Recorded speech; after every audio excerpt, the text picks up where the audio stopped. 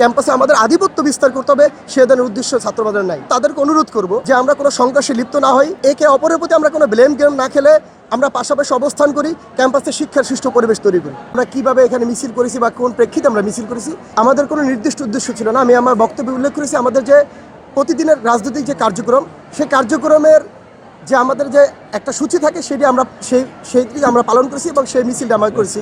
এবং শিবিরের সাথে আমাদের যে ইচ্ছাকৃতভাবে আমরা ছাত্র সংগঠন, ক্ষমতাসীন ছাত্র সংগঠন আমাদের তাদের সাথে সংঘর্ষে লিপ্ত হতে হবে, এ ধরনের আসলে কোনো মন মানসিকতা আমাদের নেই এবং ভবিষ্যতে থাকবে না। সেগুলো আমরা সবসময় পরিহার করেছি এবং ভবিষ্যতে সেগুলোতে আমরা বিরত থাকবো না। ক্যাম্পাস দখল করে না কোনো ছাত্র সংগঠন, কোনো ছাত্র সংগঠনের তাদের কর্মকাণ্ডে সেই ক্যাম্পাসের শিক্ষার্থীদের যদি খুশি হয়ে থাকে, তারা যদি আমাদের সাপোর্ট দিয়ে থাকে, আমরা যদি শিক্ষার পরিবেশকে সুষ্ঠু রাখতে পারি, সেখানে যারা সাধারণ শিক্ষার্থী রয়েছে তাদের যদি আমরা সাপোর্ট করি, সেটা তো আসলে কিছু করার নেই। আমরা যে সাধারণ যে প্রক্রিয়া সেটি আমরা ক্যাম্পাসে চলমান রাখি। ক্যাম্পাসে আমাদের আধিপত্য বিস্তার করতে হবে সে ধরনের উদ্দেশ্য ছাত্রবাদের নাই।